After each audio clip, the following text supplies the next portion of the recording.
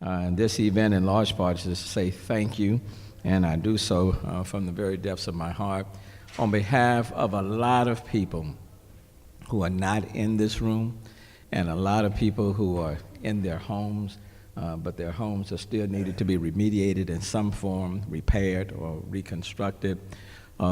We still have a little under 2,000 people that are in hotels, and a lot of people are waiting for the dollars to come and reach them. In the meantime, the Local Relief Fund, this as well as others, have helped to kind of fill in the gap as a temporary stop measure until those additional dollars come. And so I want to thank you. I certainly want to thank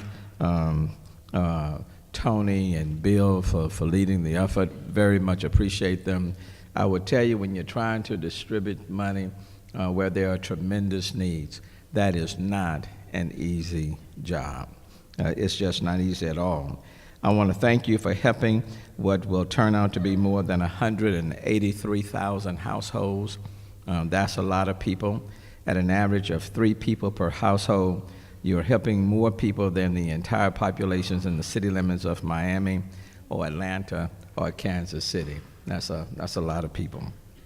There are also some people who gave generously of their time to direct their donations to where they were needed the most. And let me say thank you. Again, let me thank Tony and Bill and all of the people on the advisory committee, those on the city side, those on the county side, for that. And all the committee members who vetted the grant applications, we owe you a debt of gratitude as well. One thing I've discovered, everybody has an idea of how money is to be distributed.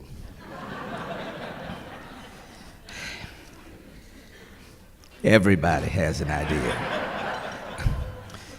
I was with a group a couple of days ago in my office, and they had an idea. And they told me, Mayor, but they were respectful. They said, Mayor, anytime people say with all due respect, you know what's coming after that. You know?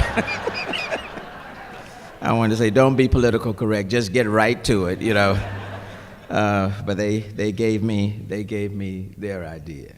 But like I indicated to them, if we had taken the time to establish or build a whole new distribution operation, and you're trying to put together all of these different measures, number one, it takes time, and number two, it costs money. And then people will be complaining about you're paying all of this administrative stuff when we need to get the money directly to them.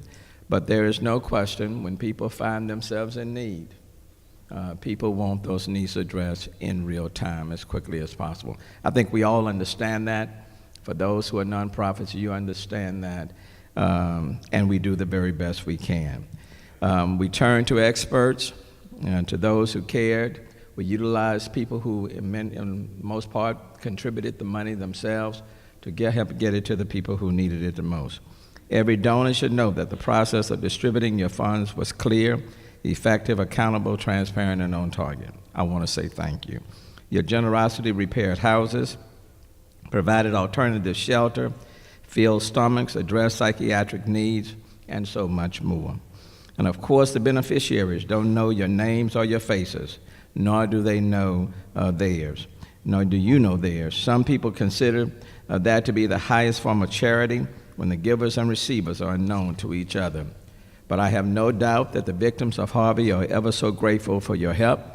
And as the mayor of the city of Houston, let me just say that when you're trying to get money from the feds and from the state, and it's not moving as fast as one would have liked, the very fact that we have this local relief fund of $108 million made a tremendous, and is making a tremendous difference.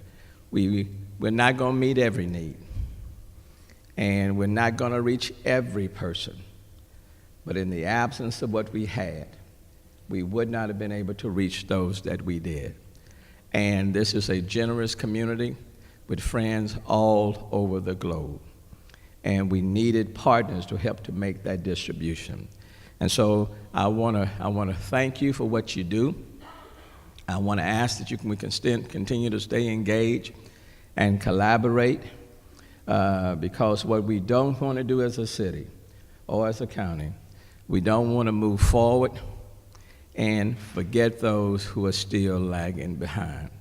And the greatness of what we do after Harvey will be in due time, whether it's 6 months, whether it's a year, whether it's 2 years, whether or not we can look back and we don't see anybody in need behind us. When that happens, we will have recovered after Harvey. Until then, we continue to look back and we pull forward. Thank you so very, very much.